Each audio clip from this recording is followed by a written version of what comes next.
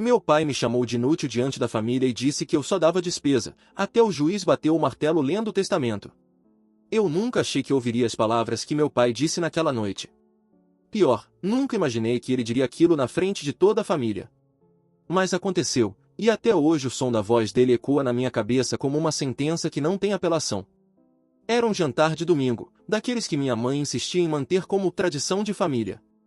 Eu já tinha 24 anos, mas ainda morava na mesma casa, tentando juntar forças depois de uma sequência de derrotas que ninguém fazia questão de entender. Eu tinha perdido meu emprego meses antes e estava fazendo bicos, tentando me erguer de novo. Não era orgulho, era sobrevivência. Só que, para o meu pai, eu era apenas peso morto. Ele esperou todos estarem à mesa, os tios, primos, minha irmã, que sempre foi a estrela brilhante da família, e então largou a bomba. Essa é a verdade, disse ele, com a boca ainda cheia de carne. Eu só vejo essa pessoa aí, sentada, gastando meu dinheiro, comendo de graça. Só dá despesa. Não serve para nada. A mesa ficou em silêncio. Eu senti meu corpo inteiro gelar. Minha mãe olhou para baixo, como se quisesse se esconder dentro do prato.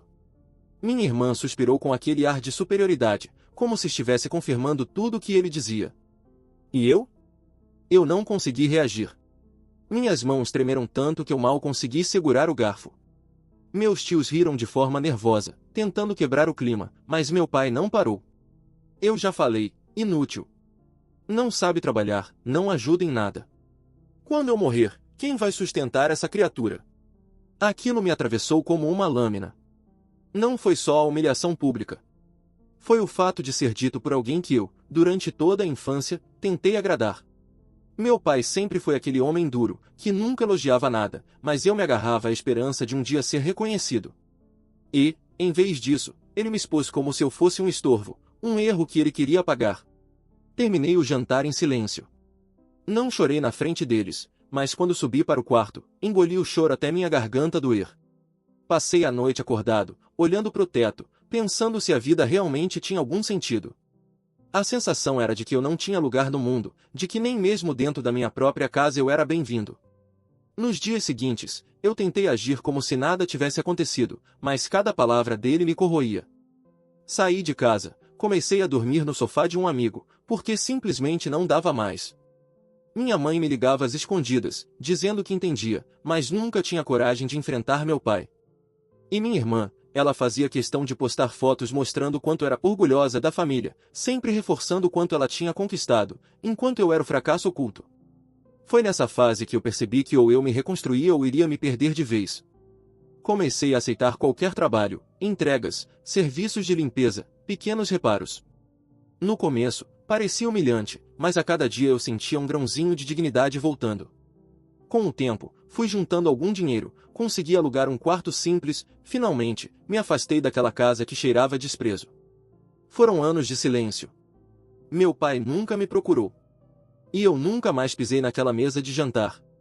Até que, do nada, chegou a notícia, ele estava doente. A princípio, eu não quis saber. Dentro de mim, havia um ressentimento tão grande que não deixava espaço para compaixão. Mas minha mãe insistiu, ligava quase todos os dias dizendo que eu precisava ao menos visitá-lo, porque o tempo estava acabando. Eu não fui. E quando ele morreu, eu também não fui ao enterro.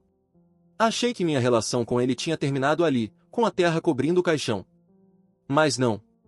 Dias depois, recebi uma convocação para estar presente na leitura do testamento. Eu não fazia ideia do que esperar, ou melhor, eu esperava nada. Estava convencido de que ele deixaria tudo para minha irmã, que sempre foi a filha perfeita aos olhos dele. Entrei na sala do cartório com o coração pesado. Minha mãe estava lá, abatida, os olhos vermelhos. Minha irmã, de salto alto e postura ereta, parecia segura de que sairia de lá ainda mais rica. E eu, que ainda carregava a marca das palavras dele, só queria que aquilo acabasse logo. O juiz começou a leitura. Primeiro, as formalidades, os bens, as contas, a fazenda da família. Cada detalhe parecia reforçar que eu não fazia parte de nada daquilo. Eu já estava preparado para levantar e sair quando ouvi algo que me fez congelar. O juiz pigarreou e disse: "Por fim, declaro que a propriedade principal e todos os rendimentos anexos ficam sob responsabilidade de..." A sala ficou em suspense. Minha irmã ajeitou o cabelo, pronta para sorrir. Mas o nome que saiu não foi o dela. Foi o meu. Eu gelei. Minha mãe arregalou os olhos. Minha irmã bateu a mão na mesa, indignada. E eu fiquei sem entender absolutamente nada. O juiz continuou lendo, detalhando cláusulas que pareciam ter sido escritas com cuidado. Como se meu pai, aquele mesmo homem que me chamou de inútil na frente de todos, tivesse planejado deixar justamente para mim aquilo que todos consideravam perdido. Mas por quê? Essa pergunta me queimava por dentro enquanto todos discutiam ao meu redor. Eu só conseguia ouvir o eco da última frase lida pelo juiz, a mesma que mudaria o rumo da minha vida dali em diante. E foi aí que percebi, meu pai não tinha me deixado apenas bens. Ele tinha me deixado um enigma. O cartório virou um campo de guerra em questão de segundos. Minha irmã levantou, vermelha de raiva, apontando o dedo para o juiz como se pudesse obrigá-lo a corrigir algo. Isso é um absurdo! Ela gritou. Não tem como! Ele nunca faria isso! Meu pai sempre deixou claro que eu era responsável, que eu era quem carregava o orgulho da família. Minha mãe tentou acalmá-la, mas parecia tão perdida quanto eu. Eu, por outro lado, estava sentado, paralisado, como se minha mente tivesse congelado. Não fazia sentido. A mesma boca que me chamou de inútil, que disse diante de todos que eu só dava despesa, agora tinha registrado em documento legal que tudo ficaria comigo. O juiz pediu silêncio e continuou a leitura. Ele explicou que meu pai havia escrito o testamento alguns meses antes de morrer, detalhando que a decisão era consciente e refletida. Deixava claro que minha irmã não herdaria nada além de alguns pertences pessoais, e que minha mãe teria usufruto vitalício de uma pequena parte dos bens, mas toda a gestão, a herança em si, seria minha. A sala virou um pandemônio. Minha irmã bateu na mesa de novo e gritou. Isso é manipulação. Ele não estava em condições de escrever nada. Doutora, disse o juiz, firme, o testamento foi registrado e autenticado em cartório. O seu pai estava lúcido e saudável na época da assinatura. Temos testemunhas e gravações que comprovam isso. Eu mal respirava. Minha irmã se jogou na cadeira, furiosa, e lançou sobre mim um olhar que eu nunca tinha visto antes. Não era apenas raiva, era ódio puro. Eu podia quase ouvir os pensamentos dela, você não merece. Isso devia ser meu. A leitura terminou e todos começaram a sair. Minha mãe veio até mim, segurou minha mão e sussurrou. Filho, eu juro que não sabia. Mas antes que eu pudesse responder, minha irmã me empurrou de lado. Aproveite enquanto pode. Isso não vai ficar assim. A voz dela saiu cortante, quase um veneno. Saí do cartório atordoado. Não sabia se aquilo era vitória, vingança ou uma armadilha do destino. Lembrei do rosto do meu pai, sério, frio, no jantar daquela noite em que ele me chamou de inútil. Lembrei da dor que senti. E agora era como se ele tivesse me deixado uma última mensagem, mas que eu ainda não conseguia decifrar. Nos dias seguintes, minha vida virou um turbilhão. Advogados me procuraram, documentos chegaram, ligações não paravam. De repente, eu era o responsável por tudo aquilo, propriedades, contas, terras. Mas junto disso veio a sombra da minha irmã. Ela entrou com recurso, dizendo que o testamento era inválido. Alegou manipulação, contestou datas, contratou advogados caros. E, em meio a esse caos jurídico, eu encontrei algo que mudou tudo. Um dos advogados entregou uma pasta com papéis antigos. Entre eles, havia uma carta. O envelope estava endereçado a mim, com a caligrafia do meu pai. Minhas mãos suaram quando abri. Se você está lendo isso, significa que já não estou mais aqui. Eu sei que as minhas palavras em vida foram duras, e talvez você nunca me perdoe. Mas havia coisas que eu não podia dizer em voz alta. Eu vi sua luta. Eu vi sua dignidade, mesmo quando parecia que ninguém via. E eu vi, também, como sua irmã só se aproximava quando havia algo a ganhar. Não fui um bom pai para você, e sei disso. Mas a herança que deixo não é só material. É o peso da responsabilidade de reconstruir aquilo que eu destruí entre nós. Faça melhor do que eu fiz. E não se deixe engolir pelo ódio. A carta terminou com uma assinatura trêmula. Eu chorei. Chorei como não chorava há anos.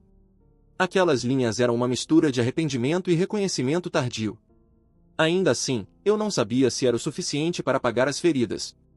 Mas era a primeira vez, em toda a minha vida, que eu lia algo que soava como um reconhecimento. Contei à minha mãe sobre a carta, mas não à minha irmã. Ela já estava obcecada demais com a disputa. No entanto, quanto mais os processos corriam, mais claro ficava que havia algo escondido. Descobri que meu pai havia se reunido diversas vezes com advogados em segredo nos meses antes da morte. Havia movimentações financeiras estranhas, transferências, registros que pareciam indicar algo maior do que apenas um testamento. E então, numa madrugada insone, recebi uma ligação de um número desconhecido. Você não me conhece, mas eu conhecia bem seu pai, disse a voz rouca do outro lado. Se ele deixou tudo para você, é porque ele queria que você descobrisse o que estava por trás de toda essa herança. Antes que eu pudesse perguntar mais, a ligação caiu. Meu coração disparou. Seria algum golpe? Algum truque de advogado rival? Ou havia, de fato, algo que meu pai escondeu? Na manhã seguinte, recebi um envelope deixado debaixo da porta do meu apartamento. Dentro dele, havia cópias de documentos bancários que eu nunca tinha visto. Contas em paraísos fiscais, registros de propriedades em nome de laranjas, e anotações de reuniões secretas. E no final de um dos papéis, uma frase escrita à mão. Se você realmente quer saber a verdade sobre quem foi seu pai, siga o rastro que ele deixou. Mas esteja preparado. Sua irmã não é sua única inimiga. Meu estômago se revirou. Até aquele momento, eu só queria superar a dor de ser chamado de inútil e reconstruir minha vida. Agora, eu me via no centro de algo que cheirava a conspiração. Minha irmã, o testamento, os advogados, as contas escondidas, tudo parecia conectado. Mas a pergunta que me atormentava era, por que ele tinha escolhido justamente a mim para carregar esse fardo? Naquela noite, enquanto encarava os papéis espalhados pela mesa, percebi que minha vida tinha acabado de mudar de novo. Não era mais apenas uma questão de herança ou reconhecimento. Era uma questão de sobrevivência e de verdade. E se havia uma verdade enterrada, eu iria cavar até encontrar. Eu não consegui dormir naquela noite. Os papéis espalhados pela mesa me encaravam como fantasmas. Cada número em uma conta bancária, cada nome falso ligado a meu pai, era como se eu estivesse descobrindo um homem que nunca conheci. Quem era realmente aquele que me chamou de inútil diante da família? No fundo, eu sentia medo.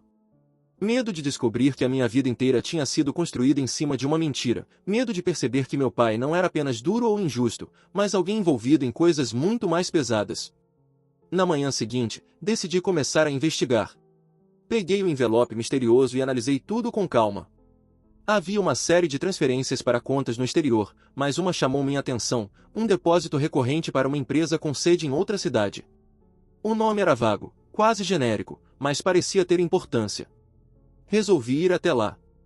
Peguei um ônibus, viajei horas até chegar a um prédio comercial decadente. O lugar parecia abandonado, mas ainda havia uma placa com o nome da empresa. Entrei.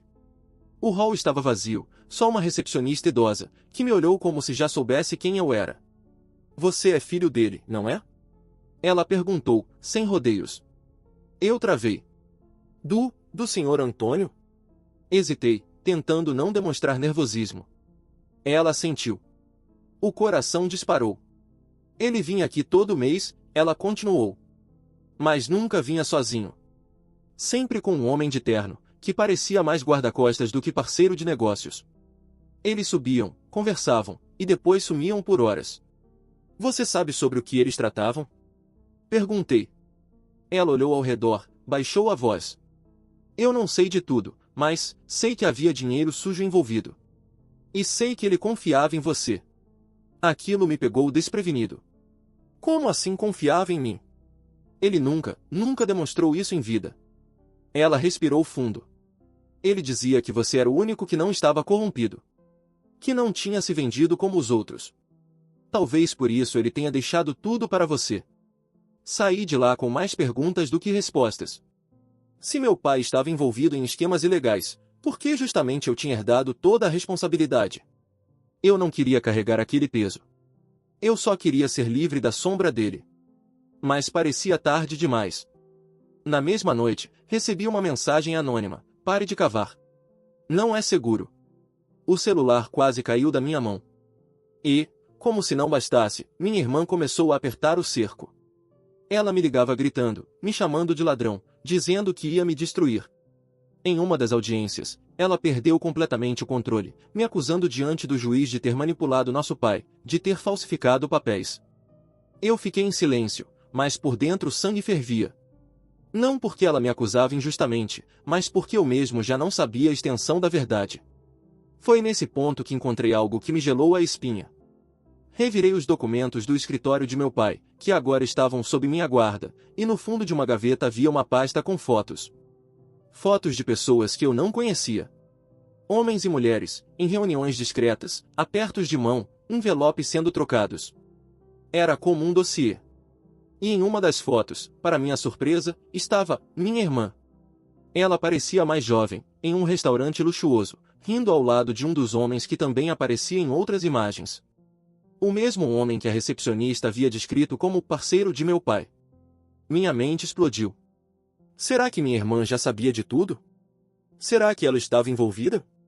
Talvez aquele ódio todo não fosse só inveja pela herança, mas medo do que eu poderia descobrir? Peguei o telefone, liguei para ela. Ela atendeu no segundo toque, já com a voz carregada de veneno. O que você quer agora? Veio esfregar na minha cara que está no controle? Não, respondi, firme. Eu só quero saber a verdade. O que você fazia com aquele homem nas fotos? O silêncio do outro lado foi pesado.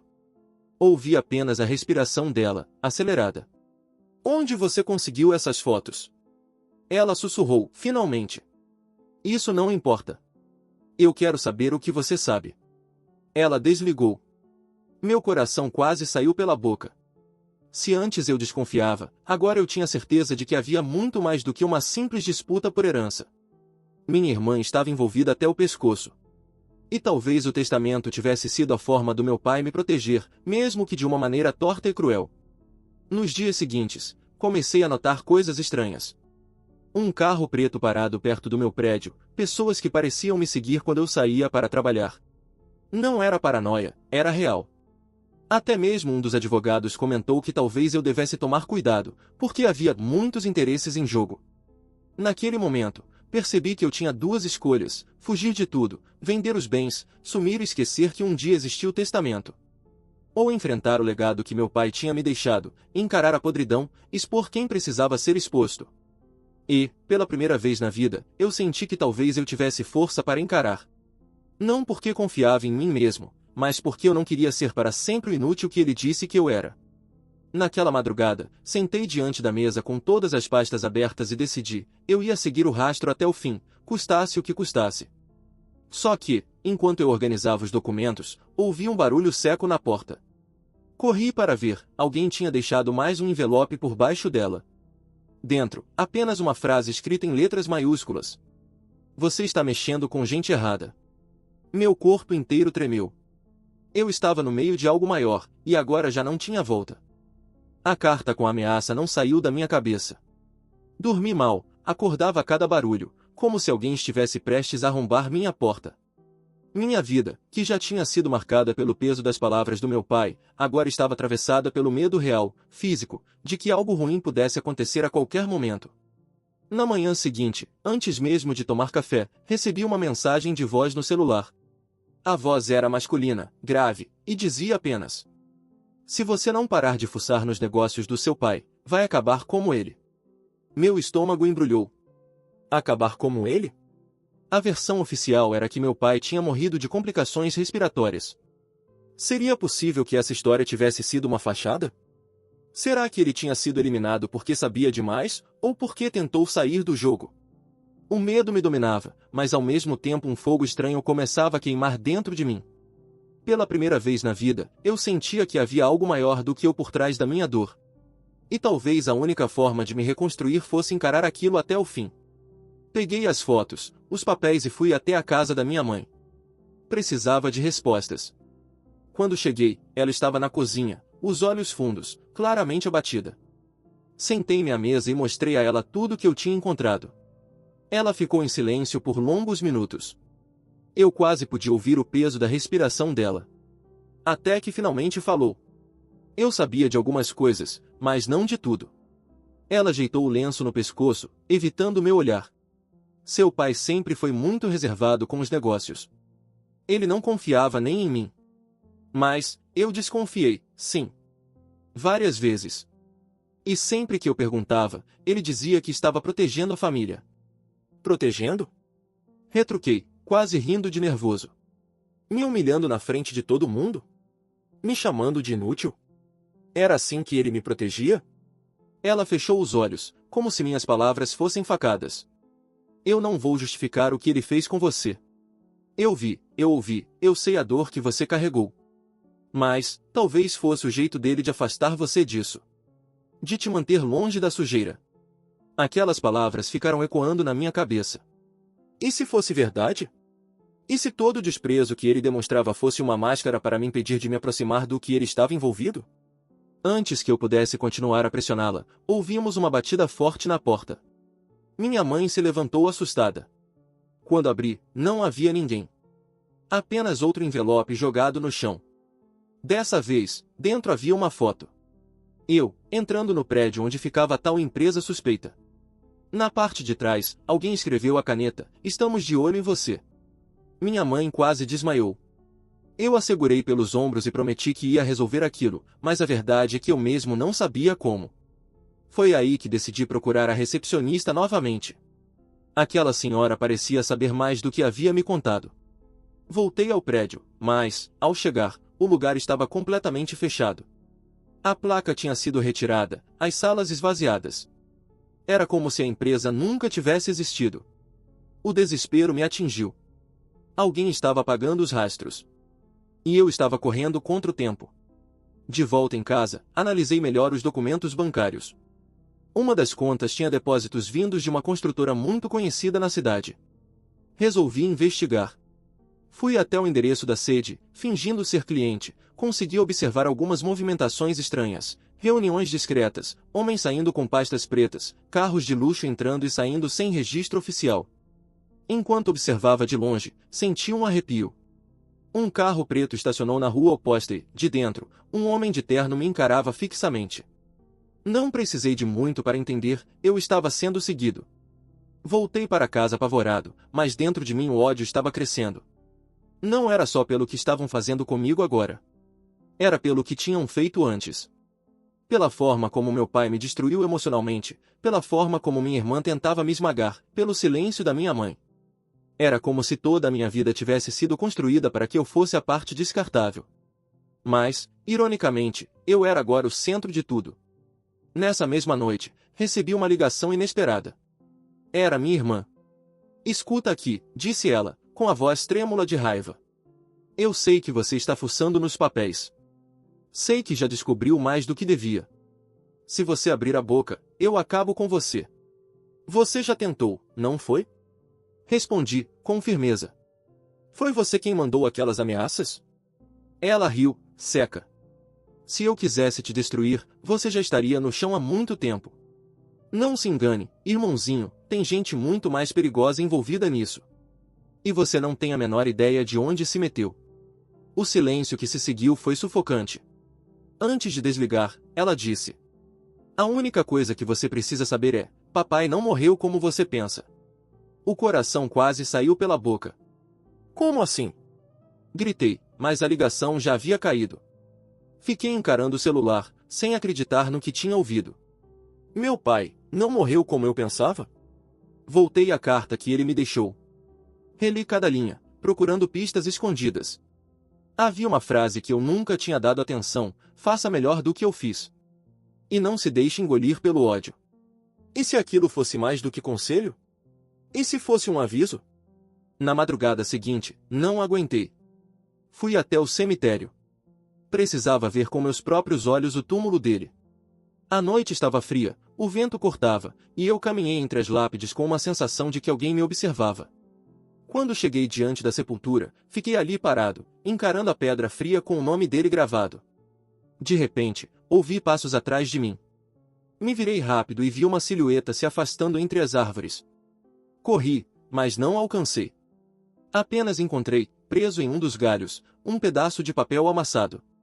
Nele, escrito à caneta, estava apenas uma frase: "Procure no cofre do escritório. A chave está com sua mãe." Voltei para casa em choque. Minha mãe estava acordada, sentada na sala, como se soubesse que eu chegaria. Quando mostrei o papel, ela chorou. Eu sabia que esse dia ia chegar, disse, e foi até o quarto. Voltou com uma pequena chave de metal. Seu pai me deu isso anos atrás. Disse que só entregasse a você quando fosse a hora. Segurei a chave nas mãos, o coração acelerado. A chave parecia pesar toneladas na minha mão. Pequena, fria, mas carregada de tudo que meu pai nunca me disse em vida. Eu fiquei olhando para ela como se fosse uma arma ou um bilhete de libertação, talvez fosse as duas coisas. Na manhã seguinte, fui até o antigo escritório do meu pai. O lugar estava fechado desde sua morte, mas agora eu tinha autorização legal como herdeiro para entrar. Quando girei a chave na porta, o cheiro de mofo e poeira me atingiu como uma memória que eu nunca quis ter. O ambiente parecia intacto, como se ele fosse aparecer a qualquer momento e me chamar de inútil de novo. Andei pelos cômodos até encontrar o cofre escondido atrás de uma estante. Era pesado, discreto, como se tivesse sido feito para nunca ser aberto. A chave encaixou perfeitamente. Meu coração disparou. Girei, e a porta do cofre se abriu com um estalo metálico. Lá dentro havia pastas, envelopes e um gravador antigo. Meus dedos tremiam quando peguei a primeira pasta.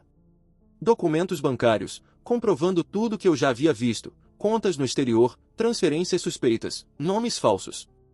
Mas havia mais. Uma série de contratos assinados por pessoas poderosas da cidade, políticos, empresários, até juízes. Meu pai estava envolvido em algo muito maior do que eu jamais imaginaria. Abri o envelope seguinte e encontrei cartas trocadas com um nome que reconheci imediatamente, o mesmo homem que aparecia nas fotos com minha irmã. Ele parecia ser o verdadeiro sócio de meu pai, e as cartas falavam de negócios paralelos, dinheiro limpo misturado ao sujo, e até menções a obras superfaturadas. Eu sentia o estômago revirar. Meu pai não era apenas um homem duro. Ele era parte de um esquema podre, de algo que envolvia corrupção, lavagem de dinheiro e, talvez, até coisas piores. Peguei o gravador e apertei play. A fita chiou antes de uma voz grave começar. Era ele. Meu pai. Se você está ouvindo isso, é porque tudo saiu do meu controle. Eu nunca quis que você se envolvesse. Tudo que eu fiz, inclusive as coisas horríveis que disse a você, foram para te afastar. Eu precisava que você crescesse fora desse mundo. Mas se você herdou isso, é porque não tive outra escolha. Sua irmã, ela não é quem você pensa. Ela sabe mais do que parece, e pode até ter sido cúmplice em coisas que eu não consegui controlar. Não confie nela. E cuidado com o homem que me chamava de parceiro. Ele não tem limites. Parei a fita. O ar faltava nos meus pulmões.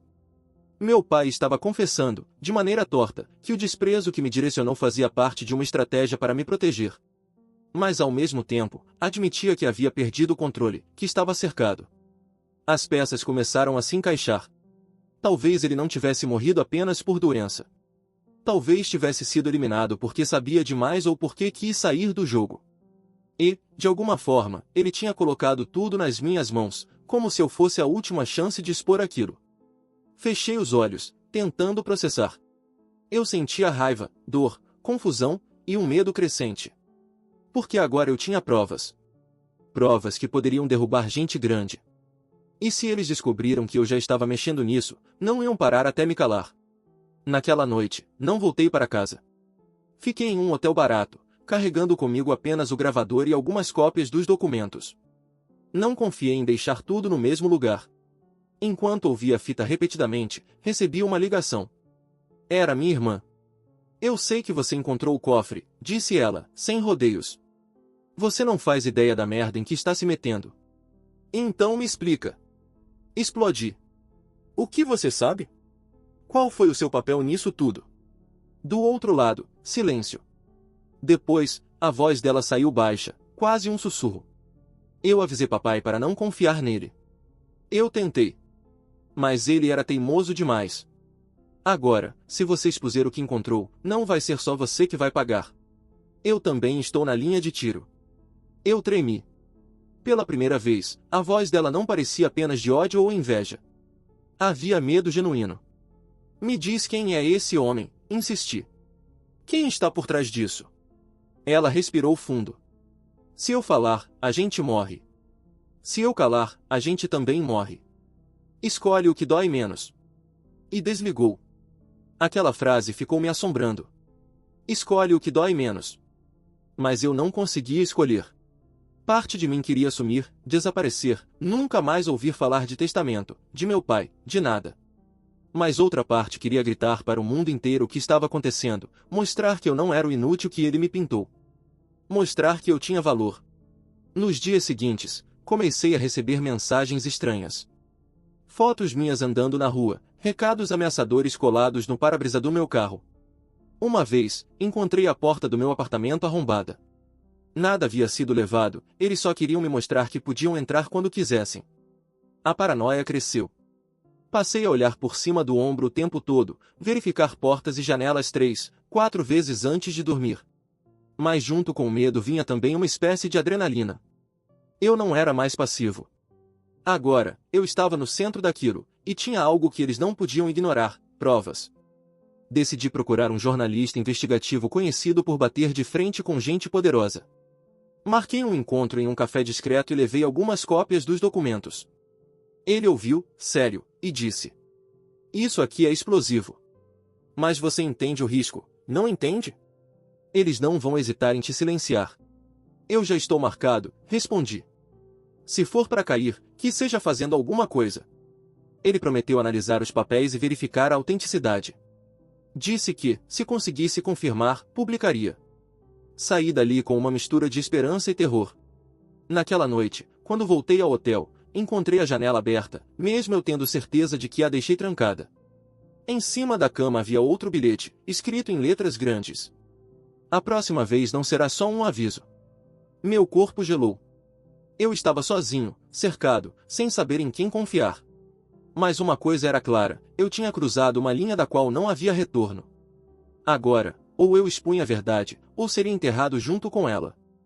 A noite estava pesada. A chuva batia contra as janelas do hotel enquanto eu revia cada documento, cada foto, cada palavra da fita do meu pai. Eu sabia que não podia mais recuar. Tudo que ele havia deixado para mim não era apenas uma herança, era um quebra-cabeça que precisava ser montado para revelar a verdade. No dia seguinte, encontrei-me com o jornalista novamente. Ele trouxe boas notícias: todos os documentos eram legítimos, assinaturas, contratos e transferências estavam corretos. Mas havia um detalhe que ninguém havia percebido até então. Uma pequena cláusula em um dos contratos indicava que a responsabilidade legal sobre as contas e propriedades no exterior recairia sobre mim caso algo acontecesse, e que qualquer vazamento poderia ser usado contra mim e minha família. Era uma armadilha cuidadosamente planejada. "Eles tentaram te preparar para ser o bode expiatório", disse o jornalista, olhando sério para mim. "Seu pai te colocou no centro disso para proteger você, mas também para garantir que, se alguém quisesse atacar, você estaria visível." Eu respirei fundo. Era como se cada palavra do meu pai, cada xingamento que ele me dirigiu durante anos, tivesse sido parte de um plano que eu nunca poderia compreender completamente enquanto ele estivesse vivo. Mas ainda faltava entender minha irmã. Decidi confrontá-la diretamente. Marquei um encontro em um lugar neutro, um café afastado da cidade. Ela chegou com o cabelo preso, óculos escuros, e a expressão dura. Mas havia algo em seus olhos: medo, talvez arrependimento. "O que você quer?" perguntou, sentando-se. "Quero a verdade", respondi. "Sobre você, sobre o que sabe, sobre tudo." Ela hesitou, olhando para o lado. Finalmente, falou: "Eu não queria que você descobrisse assim. Mas, eu estava envolvida, sim. Não por escolha, mas por pressão. Aquele homem, o sócio do nosso pai, ameaçava minha vida se eu não cooperasse. Eu tentei proteger você, mas, eu falhei. O choque me atingiu como um soco. Então você", comecei, mas ela levantou a mão. "Mas eu nunca te machuquei diretamente. Nunca mexi nos documentos que poderiam te incriminar. Eu só tentei sobreviver. Meu pai, ele sabia que eu estava envolvida e, por isso, te deixou a herança. Ele confiava em você para corrigir tudo." Aquelas palavras trouxeram uma mistura de alívio e raiva. Minha irmã não era inimiga completa, mas também não era inocente. Havia limites que ela tinha cruzado, mas também havia medo que a movia. Decidi que era hora de agir. Peguei todos os documentos, fotos e a fita do gravador e fui ao escritório de advocacia do jornalista. Planejamos uma estratégia para expor tudo, mas de forma segura, para não deixar brechas para retaliações. Nos dias seguintes, comecei a juntar provas adicionais. Descobri que o sócio de meu pai, o homem que ameaçava minha irmã e me enviava bilhetes, tinha negócios ilegais espalhados em vários estados. Cada transferência, cada contrato, cada foto que eu encontrava aumentava a rede de corrupção. Era gigantesca, mas eu tinha a chave para desmontá-la. Então veio o dia da divulgação. O jornalista publicou uma série de matérias detalhando toda a operação. Nomes de envolvidos, contas bancárias, transações suspeitas e até entrevistas anônimas com funcionários do esquema. A cidade inteira estava em choque. Minha irmã e eu assistimos juntos à primeira matéria. Ela não disse nada, apenas segurava minhas mãos. Pela primeira vez em anos, senti que havia algo entre nós que não estava corrompido. Pouco tempo depois, vieram os resultados: prisões, investigações, bloqueio de contas e processos judiciais. O sócio do meu pai desapareceu antes que pudesse ser alcançado, mas grande parte da rede caiu. E eu? Eu permaneci protegido. Meu pai, mesmo morto, havia me colocado na posição de herdeiro legítimo, dono legal de tudo, com provas para me defender. Minha vida finalmente começou a mudar. Eu consegui reorganizar os negócios legais da herança, pagar dívidas antigas e criar uma base sólida para mim e para minha mãe. Minha irmã e eu reconstruímos nossa relação, passo a passo, com cautela, mas com honestidade. Aprendi a confiar nela, mesmo com um passado sombrio. O que mais me marcou, no entanto, foi perceber que meu pai tinha sido mais complexo do que imaginei. Ele me humilhou, sim, e causou dor, mas no fundo estava me preparando para enfrentar algo maior. Ele sabia que eu poderia suportar, que eu tinha força para reconstruir, para lutar contra o que parecia invencível. E, ironicamente, toda aquela dor que ele causou me moldou para ser capaz de enfrentar a verdade. Agora, anos depois, quando alguém pergunta sobre minha família, posso contar a história sem lágrimas de ódio. Claro que há cicatrizes, lembranças de humilhação e medo, mas também a redenção. Minha vida se tornou prova de que mesmo o desprezo mais cruel pode ser transformado em força. Que até mesmo os homens que parecem mais brutais podem, em seu jeito torto, preparar o caminho para sua própria justiça. E a lição mais importante que aprendi: o poder de sobreviver, de reconstruir e de transformar dor em força não depende de ninguém além de você mesmo. Meu pai não era perfeito. Minha irmã também não. Eu não sou. Mas juntos, sobrevivemos. E o que parecia ser o fim, as palavras de ódio, os gritos, a humilhação, acabou sendo o começo de algo que ninguém poderia tirar de mim: meu próprio poder, minha própria verdade. Enquanto caminhava pelos corredores do antigo escritório do meu pai, agora sob minha gestão, senti uma estranha paz. O passado ainda existia, mas eu finalmente tinha controle sobre meu presente e meu futuro. E, pela primeira vez, senti que podia respirar sem medo, sabendo que havia enfrentado tudo e sobrevivido.